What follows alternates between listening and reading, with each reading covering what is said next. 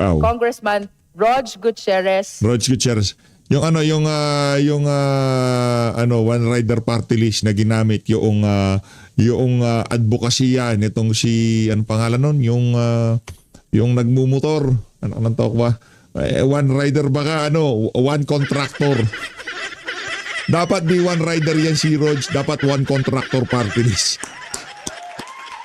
Lang, magandang pangalan, one contractor o kaya father contractor party list. Okay din naman yung father contractor, di ba? Oh. Dream team sa impeachment ni VP Sara, nagsama-sama yung mga falsifikado. De Lima, mahilig sa driver bodyguard. Si Baculaw, mahilig mantago ng asawa. Sino pa nga ba? Marami sila. Yung sa may kabit. Bahala kayo dyan.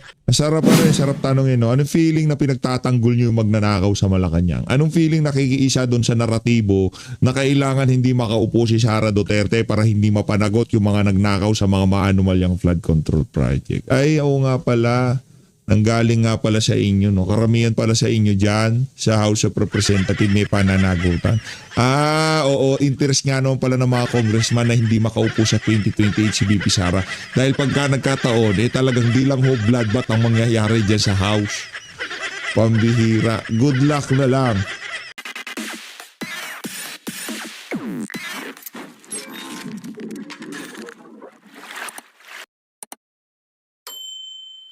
Hoy, para dito kay Baculaw, walang hiya ka. Hindi ka na nakontento doon sa iyong Injustice Committee. Tapos na. Sa Senado na tayo mag-uusap-usap. Ano na naman ba itong presko na to? Lang nga talaga tong mga congressman na to. Jinky Luistro! Isip na to. Dito sa video na to, pag-usapan ho natin ang presko nitong prosecution panel para sa impeachment. Ito si VP Sara. Ang bihira talagang... Dapat talaga maya merong update ang sambayan ng Pilipino para dito sa mga kabalbalan itong mga congressman na to. Anyway, rekta na ho tayo dyan sa press con nila na yan. Alam naman ho ng buong sambayan na puro kabalbalan yan. Ito nga ho pala, hindi ho kinukonsidera bilang isa sa mga hahawak ng Blue Ribbon Committee itong si Ping Lacson Boy Tago. Given na ho yun dahil nakita nyo naman ho ngayong mga panahon na to talagang hinostage ho niya yung pagdinig. Dahil nga naman di umano base dito kay Senator Rodante Marcoleta direktang nakinabang yung mga kandidato ng alyansa ng mga magnanakaw doon sa mga flood control kickback noong nagdalaang election. We are considering Sen Marcoleta pero we are also considering someone else. Sasabihin ko na, we are considering Sen Pia. Good choice. Magaling. Walang problema. Palakpakan. Sen Pia, Sen Rodante Marcoleta, kahit alin sa dalawa na yan, hindi ho tayo magkakamali. As long na itutuloy ang investigasyon, ipatawag yung mga dapat ipatawag at magkaalaman na kung sino nga ba ang mastermind dito sa mga maanumalyang flood control kickback. O, rekta ho tayo dito sa press con itong si Baculaw, Jinky Luistro, Saba, De Lima, itong si Joel Chua, itong si Boy Kulangot, yung sa dulo si si Rog Gutierrez. Pero lang ho natin. Isabel Maria J. Zamora of San Juan. Naku, tapusin na natin kabalbal na pagpapakilala na yan. Former Justice P. Police. Well, of course, current Committee of Dangerous Drugs Chairman John G. Suwan, Accountability Chairman Marks of Lead Prosecutor Chairperson Jinky Luistro. Yan, si Jinky Baculaw. Thank you. Game. Good afternoon, Pagka wala kang dito, opening salvo, lang yakap, Jinky Baculaw. Ayusin mo. everyone. Inaabangan ko yung, yung nakasulat ha. This is actually our first appearance as members of the prosecution panel. Pero madalas namin kayong nakikita sa sa Injustice Committee. Yung press con nyo na meron ba kayong bago? Meron ba kayong bago? Na-refine nyo na ba yung testimonya nitong si Madriaga? The House of Representatives. We would like to update our beloved countrymen that the panel of prosecutors are ready to appear before the impeachment court. As we have witnessed yesterday, the impeachment court already convened, and we commend the action of the Senate of the Philippines for responding to the mandate of the Constitution. Nevertheless, let us all be reminded Oh. that what is mandated to be forthwith Mm. is not only the convening, it is the trial Yan. that is mandated to be forthwith. Oh. We therefore look forward that after the pre-trial, we will immediately proceed to the presentation of witnesses, presentation of evidence, Yan. and consequently to the judgment. Yun. By judgment, it's only either acquittal or conviction. Mm. We are currently preparing already for the forthcoming pre-trial and trial of these articles of impeachment. Ako rin, nagpe-prepare na ako dito. Nagpe-prepare na ho tayo dito sa PH update. Hindi ho natin inaasahan na aabot ho tayo dito sa punto na to. Pero, yarin lamang nandito na tayo, sabayan na ho ito mga kababayan. And I wish to share with you the teams that we have created. You will remember that the articles are summarized into 4. Article 1 pertains to threats and destabilization. No. This is actually just a list of the assignment per article that was given to the 11 prosecutors. But this does not necessarily follow the way it was presented in the articles of impeachment. And this does not follow as well the sequence by which the same will be presented. This is a matter which is still being discussed. But nevertheless, we wish to share with you that for threats and destabilization, this is led by our colleague, our STML, Kong Lawrence Defensor. And with Kong Lawrence, Meron ho silang division kung sinong hahawak kada articles of impeachment. Ba mahusay? Hindi lang ho pala si Baculaw ang maririnig natin dyan sa impeachment trial. Ha? Magaling, Defensor, magaling. Ayos yan. as members of this article or team, we have Kong Laila de Lima, Yeah. Kong Bel Zamora, Yan. and this representation. Another article is bribery. And this article is being led by Congressman Joel Chua. Bribery, aba. Joining him in the article of bribery are Congressman Rog Gutierrez, Congresswoman Kakabag-Aw, and Congresswoman Bel Zamora. Another article is unexplained wealth. This article is being led by Congressman Terry Ridon. And with him are the following. Yan. Congressman Chel Jokno, Congressman Kakabag-Aw, Kakabag-aw. Congressman Rog Gutierrez, Rog Gutierrez. Yung one rider party list na ginamit yung advokasya nitong si ano pangalan nun yung nagmumotor anong tawag ba one rider baka one contractor. Dapat di one rider yan si Rog, dapat one contractor party list. Lang, magandang pangalan, one contractor o kaya father contractor party list. Okay din naman yung father contractor, di ba? Oh. this representation, Congressman Joel Chua, Congresswoman Laila de Lima, Congressman Lorden Suwan, and finally Congressman Jonathan Keith Flores. Sigit Flores. The fourth article is Diyan ka bibilib kay Kit Flores. Hindi bumoto, wala wata siya nung butuhan dyan sa impeachment sa plenaryo sa House of Representatives. Pero kasama ho siya sa prosecution team. Palakpakan ho natin si Kit Flores. Yan naman ako bumibilib sa mga congressman. Kahit hindi ka bumoto, pwede mong idepensa yung mga kabalbalan ng mga congressman dyan sa impeachment court. Di ba? Ang galing, ang galing. confidential fund. Approve. This is to be led by this representation. And with me in this team are the following: Congressman Joel Chua, Congressman Lawrence Defensor, Yan. Gusto ko Congressman yan. Rog Gutierrez, Rog Gutierrez. Congressman Lordan Suwan, Lordan Suwan. Congressman Jonathan Keith Flores, Ay, si Kit. Congressman Chel Jokno, and Congressman Terry Ridon. Like what I have said, this is the assignment so far. Dream team no? Dream team sa impeachment ni VP Sara, nagsama-sama yung mga yung mga falsifikado. De Lima, mahilig sa driver bodyguard. Si Baculaw, mahilig mantago ng asawa. Sino pa nga ba? Marami sila. Yung isa may kabit. Bahala kayo dyan. With respect to Yayo. the four articles of impeachment as to the participation Sakit sa ulo. which the 11 prosecutors will be handling.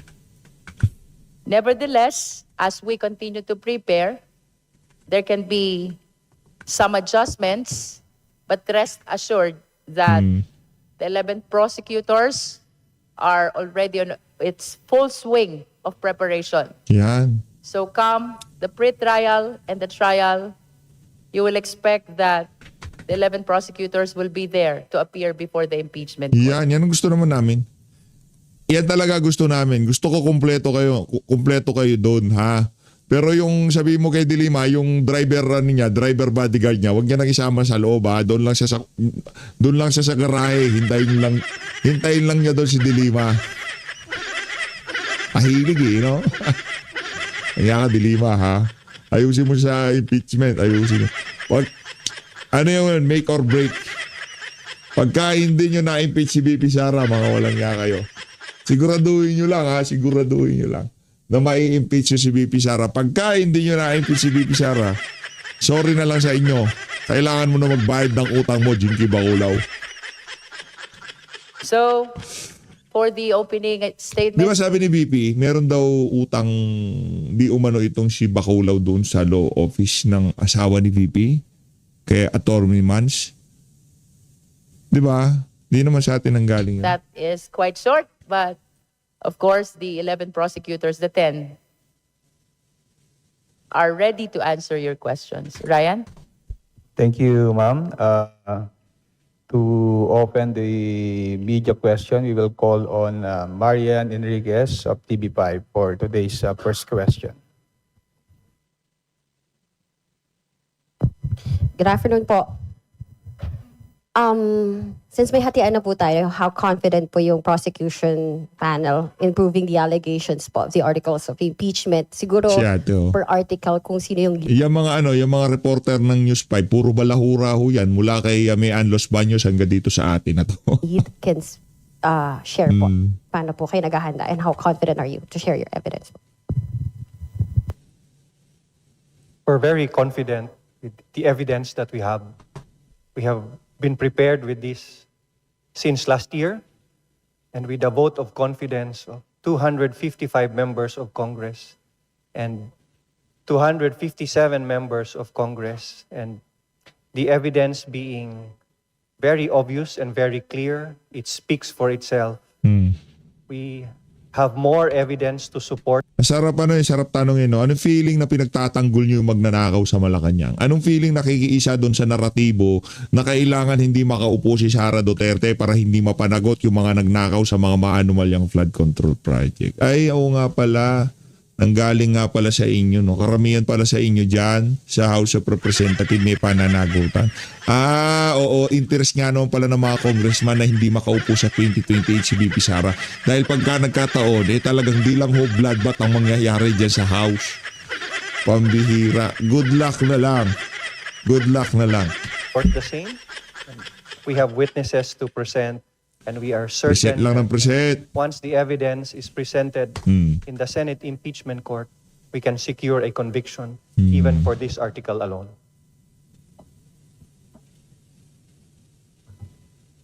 Okay, on unexplained wealth, no, nakita naman na po natin yung body of evidence Anak ng Petrang Garapata, mag-aano lang pala tayo dito, maglolokohan lang tayo. Nangangati na ba yung mga dila nyo, ha? Hoy, Baculaw na mismo na bang maging Justice Committee? Wala na bang hearing kaya kailangan magpe-press con na lang tayo? Mga walang yan to. During the course of the House Committee on Justice proceedings. We don't want to discuss further yung po mga detalye as before because we are within the impeachment trial process already. But yung po mga dagdag na mga ebidensya which did not get disclosed during the course of the committee proceedings, we will seek to present it during trial. Kasama po dyan yung unsealing of the BIR box. Kasama din po dito yung pagbubukas ng pong bank accounts ng pong mag-asawang Duterte Carpio. So, given the entirety of the body of evidence that we had seen, tingin ko naman po on unexplained wealth pa lang po, we can secure a conviction Yan. of the Vice President. Siguraduhin nyo walang nga kayo. With respect to the articles regarding the bribery, ito naman po ay nakita na natin during the committee hearing of the good government in the during the 19th Congress. And ito rin po yung magiging presentation natin. But of course, we are, since the impeachment court had already convened, we are barred from discussing about the merits. So, but rest assured, everything will be according to kung ano man yung plan tsaka legal strategies na amin pong gagawin. Salamat po. For confidential fund, we wish to express our confidence in proving this article, establishing the guilt of the respondent. We have seen the evidence already. As a matter of fact, as early as during the 19th Congress, during the inquiry in aid of legislation of the Committee on Good Government and Public Accountability. Yan. You will recall the testimony that was presented by PSA. Kung malakas ang ebidensya, di nyo na kailangan gawin yan. Di nyo na kailangan kondisyonan ng utak ng ating mga kababayan na malakas ang ebidensya. Kahit ipagpilitan yung malakas ang ebidensya kung puro basura ang maririnig ng ating mga kababayan. Tandaan nyo hindi yes man ang impeachment court. Okay? Ito kasi narrative setting ang tawag dito. Ito yung tinatawag na ipapafeel nila sa sambayan ng Pilipino na malakas ang ebidensya, kompleto ang ebidensya. Ngayon, pagka hindi kinonvict ng impeachment court itong si BP Sara, ibig sabihin, hindi nila ginawa ang kanilang trabaho. Narrative setting ho ito. Wag ho kayong magpabola, magpaloko, sabihan nyo ho yung mga kamag-anak nyo dahil inuunggoy na naman ho tayo nitong si Baculaw. Dahil kailangan kasi maya ulit-ulitin na malakas ang ebidensya. Dapat ito palang article na to, impeach na si Sara. Bakit?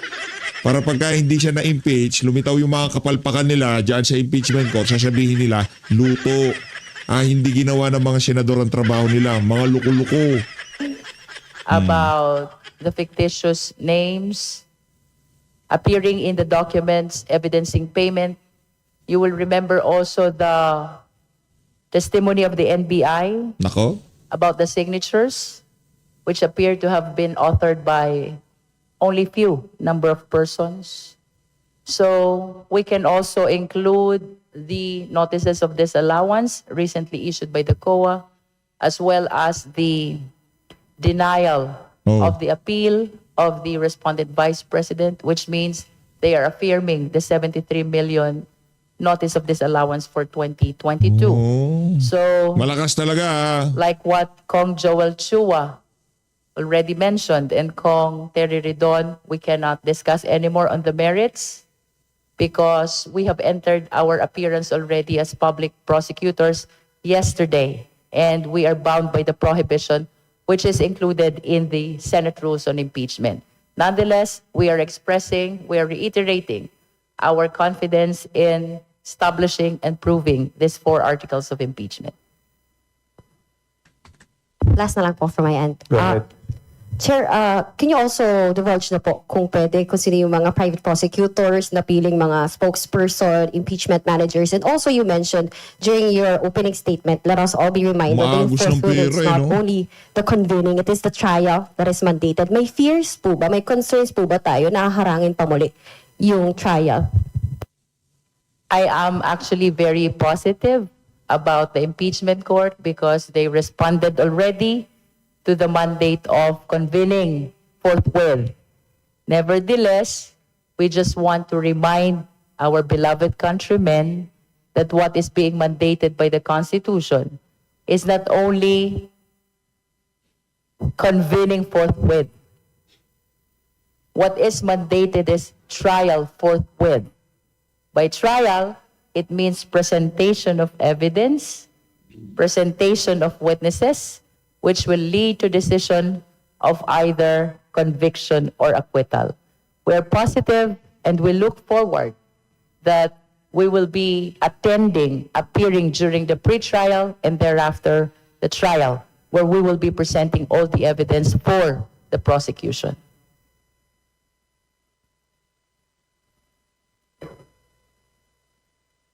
Well, I understand that Rene Co already mentioned publicly that she's one of the talking heads. And I wish to include the name of Congressman Zia Adjong. Zia lang to, Congressman Jong. Zia Adjong. Pwede. Pwede. Basta makapal ang mukha, pwede maging tagapagsalita ng impeachment. Good yan. Approve. Pakapalan lang naman ang mukha dyan eh. Kung tagapagsalita ka at private prosecutor ka, makapal ang mukha mo. Pero pagka ikaw ay humarap dyan sa pagdinig sa impeachment court, ay hindi lang makapal ang mukha mo. Anak ng toka, hindi lang mukha ang makapal sa'yo. Pati maleta makapal sa'yo. Yan ang sigurado. So there are two Ano ba, marami kang damit. Talagay sa maleta, di ba bakulaw? of them who at this time are Masyado mga will be malisyosa. speaking Ayan. for the House of Representatives panel of prosecutors. Right now, we are calling them talking heads of the House of Representatives. We will see if later on we will be engaging a separate person to appear as the spokesperson for the panel of prosecutors.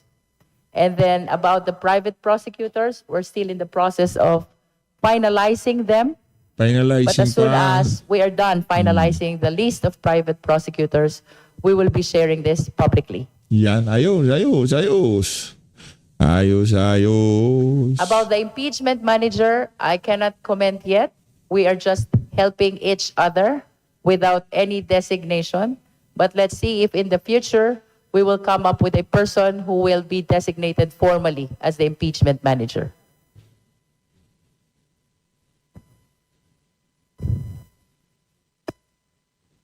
Thank you. Are there any other comments from the House prosecutors? If none, we will recognize Jonathan Andal from GMA7. You may proceed. Good afternoon. Hindi ko na mababalagbagan itong mga bakulaw na to. Kayo na ho bahala dito ha. Ayaan lang ho natin gumana yung video para talagang namnamin ng ating mga kababayan yung mga kabututan na pinaggagawa ng House of Representative ngayong mga panahon na to. 255 ha. Para doon sa mga 255 na congressman na pumirma dyan sa impeachment na yan, wala na sorry yun. Pag na-acquit si Bibi Sara dyan, anak na to ko, huwag kayong magte-text sa kanya, kakapal na mga mukha nyo. At para dito kay Bakulaw, kausapin mo na asawa mo, okay? Pakinggan na, tuloy natin mga kababayan. Ayun po. Congressman Keith Flores, lahat po ng kasama nyo rito bumoto ng yes sa impeachment. Kayo lang po yung nag-abstain. Pero kayo po ay public prosecutor ngayon. Pwede po malaman ang dahilan, ano po ang reason, bakit kayo nag-abstain at bakit nyo rin po tinanggap na maging public prosecutor? Well, being prosecutor is the collective wisdom of the members of Congress. No? So I was nominated and elected. And after that, I took on the role as public prosecutor. Ano po yung reason, sir, kung bakit kayo nag-abstain? Pwede po malaman. Well, there were personal and political reasons for abstaining, but it wasn't about the articles of impeachment. Thank you, sir. Last question na. Ma'am, can you walk us through sa magiging sa proseso ng pre-trial stage? ano ang mga mangyayari doon? Gaano katagal ang aabutin nito bago tumungo sa mismong trial? Well, by pre-trial, what I can share with you is my experience in the ordinary criminal case, no? There will be stipulation of facts, there will be submission of the name of the witnesses, and submission of the documents to be presented. But we have to know yet as to what will be the rules of the impeachment court with respect to the conduct of the pre-trial. I hope that we will be given the opportunity as well to participate in coming up with these rules which will govern the pre-trial of this impeachment proceeding. Last na po. Yung mga private prosecutor na kukunin po ninyo, allowed po ba sila to conduct cross-examination? Ano po ang nasasabi sa rules? Well, cross-examination is allowed every after direct examination of the witness, be it a witness of the prosecution or a witness of the defense. So to your question as to whether the public prosecutors are allowed, so long as they are under the direct control and supervision of the public prosecutors, private prosecutors are allowed. Thank you. Let us now go to Lance Mexico Newswatch. Lance? Hello, good afternoon po. Siguro po first to Congresswoman Luistro or Prosecutor Luistro, may survey po na lumabas kamakailan na nagsasabi na public opinion is still yung preferred ng mga tao over evidence daw pagdating sa impeachment ni Vice President Sara Duterte. Sa inyo po bilang lead prosecutor, how will you convince not just the prosecutor, not just the judges, the senator judges, but also the public that there is enough reason to convict the vice president? Evidence and public opinion are very much intertwined. If you will be able to present strong evidence, therefore you will be able to get a favorable public opinion. Both are significant for us to be able to establish the 4 articles of impeachment. Right now po, siguro anyone can answer kung sino po yung gusto. Ano po yung biggest challenge na nakikita ng mga prosecutors sa paparating na impeachment trial? Anyone can answer po. Okay po. Sige, si Congressman Defensor. One of the biggest challenges that we face is fake news, trolls na mali ang ikinakalat na balita, maling ebidensya ang binabarina sa utak ng ating mga kababayan. Ang fake news at trolls, dapat matigil na yan. And this impeachment is one of the biggest step that we can take for accountability to start in this country. Pero dapat ma-overcome din natin ang fake news dahil hindi natin maaabot ang katotohanan, hindi lang sa impeachment na to, but truth in everyday living kung hindi natin ma-overcome ang fake news at mga trolls na umaatake hindi lang sa House of Representatives but to truth itself. Thank you, Kong. Siguro last na po on my end to Congresswoman Luistro. We are all aware po dun sa Senate leadership change nitong nakaraan. And hanggang ngayon po, medyo uncertain pa rin because 13-11 pa rin yung majority and minority. Is this something na concern po ang prosecutors? I mean, are you concerned with the current majority members or with the current lineup of senators, especially dun sa majority ay kilala naman pong kaalyado talaga ni VP Sara at ng mga Dutertes? Well, let us all be reminded that this is a constitutional duty that the public prosecutors are trying to fulfill. So regardless of who are in the majority and who are in the minority, the 11 prosecutors will be very much obliged to help establish these 4 articles of impeachment. We wish to express also our highest respect to all the senator judges. We understand that even they are responding to their constitutional duty.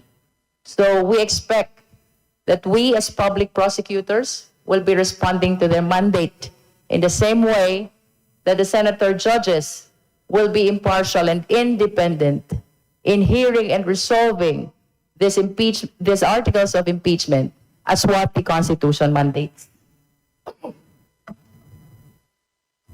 Thank you, Lance. Dwight De Leon of Rappler, go ahead with your questions. Hello po, good afternoon. Balik lang po ako kay Congressman Keith Flores. If you may just expound kung ano po yung personal political reasons for not voting in favor of, or for not, basically not voting po sa impeachment. Given that last year, you also, if I'm not mistaken, you signed the impeachment case against the Vice President, and does it undermine the optics of the prosecution team that one of the members didn't vote in favor of impeachment? Well, again, as I said, it's personal political reasons. No? But it's not the first time that a public prosecutor was nominated and elected in the impeachment process as a public prosecutor. No? It happened before when a public prosecutor also did not vote for the articles of impeachment but was nominated and elected by the House. Again, as I said, no, I yield to the collective wisdom of the members of the House when they elected me. Is part of the reason, siguro po, based on consultation with constituents, did that play a role in why you didn't vote in favor of impeachment? Well, yes, that played a factor of my decision on abstaining. But it wasn't because of the articles of impeachment. I could not, in good conscience, vote against the articles of impeachment because I was present all along when the Committee on Justice heard the evidence presented before. When you say, sir, that your constituents played a role, is it because you consulted them and they had hesitations, they had reservations when it comes to the impeachment case? Well, I think it cannot be denied that there are a lot of people in Mindanao who are actually for the Vice President. So that playing a factor, yes, that played a factor also in my considerations whether to vote or not to vote.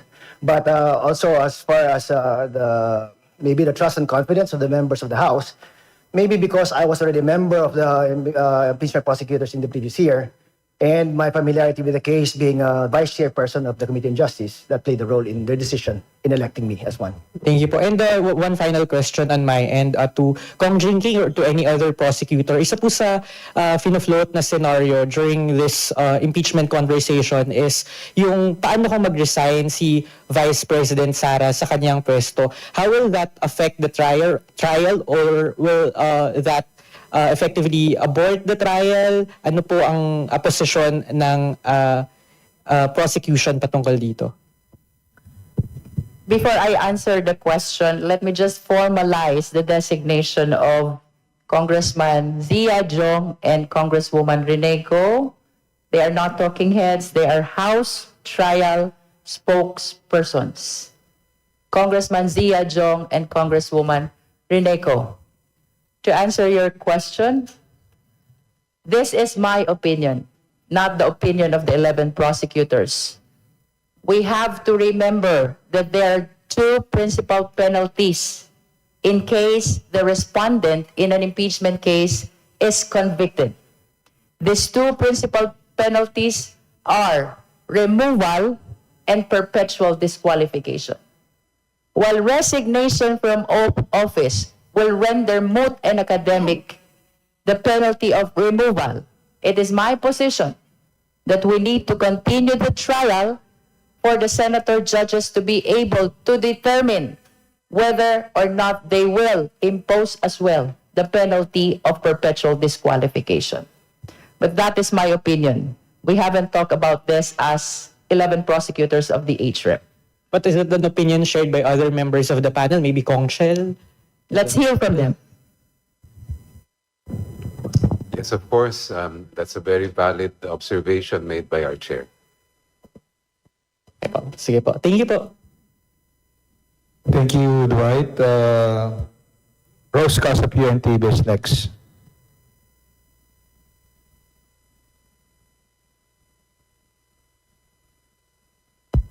Follow-up ko lang po sa issue ni VP Duterte dahil kahit minsan ay hindi po siya humarap sa pagdinig ng House Prosecution Panel. Pero kayo po, since inaasahan na po natin na magpo-proceed yung trial, ano po yung expectations niyo po sa respondent? Kong Leila.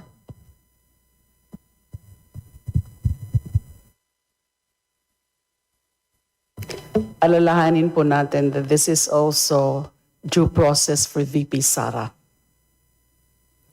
So, pagkakataon niya to. So, it's time for her to face and answer the accusations against her. Kung walang kasalanan, dapat walang iniiwasan o walang dapat iwasan. Wala rin dapat pagtakpan at hindi dapat ito hinaharang. So, well, I guess I heard from the news that the councils of VP Sara will be responding to the summons by filing the appropriate answer. So, pagkakataon niya to, this is due process for her. Regarding naman po sa pagiging lead prosecutor niyo po, Kong Jervil, bukod po dun sa kayo po yung pangunahing tatanggap ng notices and other issuances from the Senate Impeachment Court, ano po yung significance ng inyo pong posisyon as lead prosecutor? Well, my understanding about my becoming the lead prosecutor is because I am the chairperson of the Justice Committee, which heard the impeachment complaints, which were later on turned into the articles of impeachment.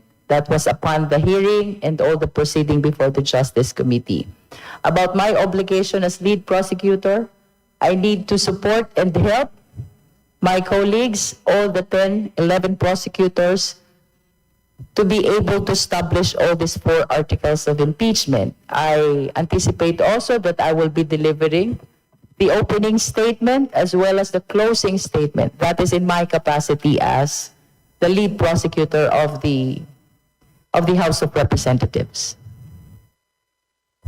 Alright, last on my part na lang po, Kong. Kasi po dun po sa articles of impeachment, kapansin-pansin na yung 2 articles of impeachment, yung unexplained wealth at saka po yung misuse of confidential funds, meron pong 8 at 9 natututok na mga prosecutors. Ano pong wisdom behind that? Dahil ba yun sa bulk ng evidences or ng mga allegations dun po na nakapaloob dun sa articles of impeachment? We should ask the lead prosecutor for these articles, contrary Ridon for unexplained wealth. Well, yung po unexplained wealth, ano po talaga ito, no? Masaklaw po talaga yung kaso po na ito. So, we will be deploying more prosecutors po for this particular aspect of the case. Kasi nakita niyo naman po in the course of the House Justice Committee proceedings, marami pong mga opisina, ahensya, at witnesses at dokumento pong pinag-uusapan dito. So, each and every prosecutor will be presenting an entirely different set of agencies, documents, and witnesses po. So this is in comparison to the other grounds kung saan I think the evidence, for example, for threats against the president, in which you have a smaller set of evidence which basically speaks for itself, no? So mas maliit po yung bilang po ng mga prosecutors po na deployed for this particular ground. And for confidential fund, of course, the reason why there are a lot of prosecutors compared to the other grounds is because there are more evidence, mostly documentary, which will be presented for us to be able to establish the article of confidential fund. So that is the reason why there are more prosecutors, both in unexplained wealth and in confidential fund, compared to threats and destabilization and bribery. Sorry, just to press on that, hindi naman po ibig sabihin na mahirap patunayan yung mga allegations na yan, kaya mas maraming deployed na prosecutors. Not necessarily. The unexplained wealth and the confidential funds evidence are mostly documentary, voluminous documentary evidence, which reason we will be needing a lot of prosecutors to help us present its article of impeachment. Thank you, Rose. Bibian Gulia of ABS-CBN2 is now recognized. Kong Jervil, ano po ang stand ng House Prosecution tingin niyo po ba makakabuti kung dadalo si Vice President Sara Duterte sa trial sa Senado sitting as an impeachment court? I wish to add to the answer of Kong Laila a while ago. In addition to that being part of her due process, this is likewise her constitutional duty. Let us remember the mandate of transparency and accountability pronounced in the Constitution, and I think the people are waiting for her answers. So, aligned to that accountability mandate, I believe she should attend and present her defense. Thank you, Kong Keith Flores.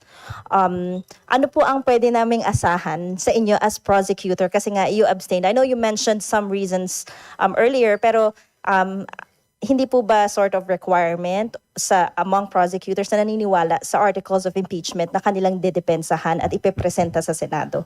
That's why I said earlier that I could not in good conscience vote against the articles of impeachment because nakita naman natin yung evidence that was presented before the Committee on Justice and it was unrefuted by the Vice President because she did not counter it at all. No? So, for me, parang it's easy. It's an easy decision. No? I'm taking on the role because not only was I elected, but because I also saw what was presented before the Committee on Justice. Just to speak for the entirety of the panel, I don't think we have any doubt on the confidence, integrity, and expertise of Congressman Flores to take on the role of a public prosecutor. To be clear, the choice and election of the public prosecutor is based on their syempre karanasan po bilang lingkod bayan at karanasan din po bilang mga abogado. At tingin naman po namin ay competent si Congressman Flores to take on the role as a public prosecutor. And I would like to thank Kong Terry for that. Last na lang, Kong Jervil, paano po, how did we arrive at the decision dun sa hatian po ng articles of impeachment? Well, of course, we consider the familiarity of the prosecutors to the article. We have to remember that for bribery and confidential fund, these were the subject matters of the investigation of the Committee on Good Government back in the 19th Congress, no? As a matter of fact, for threats and destabilization, with the permission of the concerned prosecutors, these are the same assignments that they have during the first impeachment back in 19th Congress. I am referring, of course, to our lead prosecutor, Kong Noy Defensor, and Congresswoman Bel Zamora. So, the first consideration is the familiarity to the article, and the second consideration is the choice of the public prosecutors where they wanted to be assigned. Thank you, Bibian. Next is Isa Bendaño Mali of GMA DCWB. Hello po, magandang hapon po. Kanina po nabanggit po ni Senior Deputy Majority Leader Lawrence Defensor na isa sa mga hamon po sa House Prosecution Team, yung fake news, yung trolls. Pero kayo po, mga members po ng Prosecution Team, handa rin po ba kayo na kayo po yung magiging biktima ng fake news, ng trolls, uungkatin po yung inyong mga kasaysayan? Ano pong masasabi niyo? Thank you po. Kung ako po ang tatanungin niyo, sanay na po ako niyan. So hindi na po uubra yan. Thank you. Sanay na kaming lahat. Gusto lang naming magtulong-tulong tayo para mapaunawaan ang mga kapwa nating Pilipino na dapat manaig sana ang katotohanan, lalo na pinapanood ito ng ating mga anak, ng mga pamilya araw-araw. At hindi pwedeng mali na balita ang lumalabas sa social media na nababasa at napapanood. This will be a fight for the truth as well as a fight for accountability and a fight for justice, not only in this impeachment, but also in our quest, together with the mainstream media, to seek the truth and honesty in everything that we do. May I just add to the assignment of articles? Kong Laila de Lima is likewise assigned or included in the Team 4 Confidential Fund. I wish to clarify. So tatlo po yung teams. I'm a member of 3 teams. The threats, unexplained wealth, and confidential funds. Thank you. Thank you, Isa. You done with your questions? Okay. Lines Capan. Good afternoon po. For the record lang po, do you intend to present the BIR box as evidence for the impeachment trial? Tama po ba? Would that be correct? Well, we will finalize po. Up until pre-trial, that decision will have to be made by that time. Pero that is one of the pieces of evidence kasi we had transmitted it to the Senate impeachment court, no? So we will make that final determination as to whether to unseal the BIR box. As a follow-up na lang po, kasi we Hindi na ho natin masigmura mga pinagsasabi nitong mga congressman na to, mga walang ya talaga itong mga to. Tuloy natin. I don't think there's doubt dun sa evidence given the 4 impeachment hearings, at least initially. Parang wala namang masyadong rebuttal on the quality of the evidence. But the question is, are you not worried that you will not be allowed to present evidence ultimately? Because I understand for every evidence that you want to present, you would need the approval of the Senate impeachment court for that. I mean, I'm just recalling our experience during the Corona impeachment trial. Are you not concerned that, like Kong Shell knows this, the second envelope happened during the Corona trial, evidence for the PAL case, PAL FASAP case, was not allowed by the Senate impeachment court to be presented. So do you have similar worries now that ultimately your evidence will not... Hindi, pagka hindi pinapresenta yan, isa lang ibig sabihin yan. Sasabihin nila kung sino man ang kukontra, pinagtatanggol si Sara. Nakahanda na, madam. Ikaw naman, madam. Nakahanda na yung kanilang mga naratibo dyan. Kalmado ka lang, madam. Ha? Be allowed by the court to be... will not be allowed to be presented. Well, that is the purpose of the pre-trial. We are supposed to submit the list of witnesses as well as the list of evidence which will be presented during the trial, presentation of the prosecution's evidence.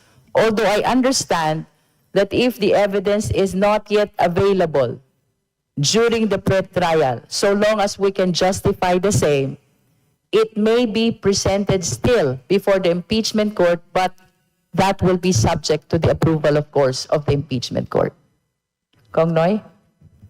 Hindi kami nag-aalala na haharangin ang ebidensya naming ilalabas sa impeachment trial. Kung haharangin ang ebidensya namin, remember that we are not the ones in trial.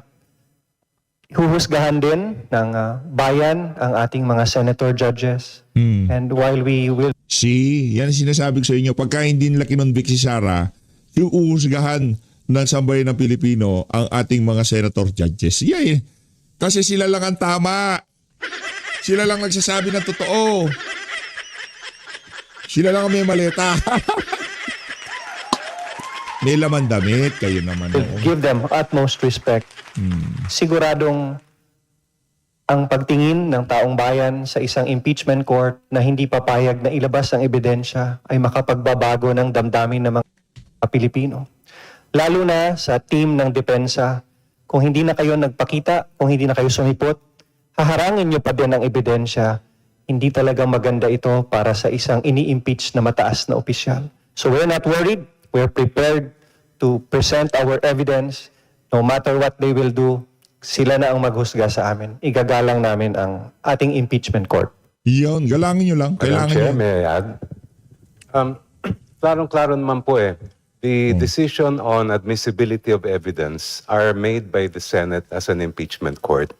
But the discretion to present evidence kung ano pa yung ihahain namin na ebidensya ay nasa kamay ng prosecution. And the court cannot interfere with that discretion. Kaya sa simula pa lang kung gusto po namin na magtawag ng witness o kaya magpresenta ng mga dokumento, ay nasa sa prosecution po yon. Now, later on, how the Senate will evaluate that evidence or whether they will admit it will be subject, of course, to arguments and on both sides and then a decision by the court. Wala naman pinagkaiba yan sa regular na korte. Dagdag ko lang, sana maintindihan din ng mga kababayan natin na hindi pwedeng harangin ng teknikalidad ang procedure sa isang impeachment court. Huwag po kayong maniniwala na may mga technicalities. Kasi ang isang impeachment trial at isang impeachment process, Hindi, magbabase lang tayo dun sa mga jurisprudence. Kung anong ginawa nila nung nagdaang impeachment, kung ano yung rules na ginamit nila, kung paano nila trinato yung mga ebidensya at mga testigo, yun lang din paggagamitan natin. Huwag kayong para mga batang nagmamaktol dito sa impeachment ni VP Sara. Pagka hindi kayo pinagbigyan ng impeachment court, kagad pinagtatanggol na nila si Sara. Yun kasi ang naratibo nitong mga sira. sinadya ng mga sumulat ng ating konstitusyon na dapat Ito malumanay magsalita no? Sana ganyan ka rin kalumanay noong pinapasok na nila yung mga maleta sa helicopter nito si Zaldi. Kaya na nga mga kababayan, di na natin masigmura mga kabalbal nito mga congressman na to. Si Kit Flores, ako naniniwala ako na meron ka ba sabit, Brad? Maraming salamat po mga kababayan. Mag-ingat po kayo lahat. Mahal natin Pilipinas.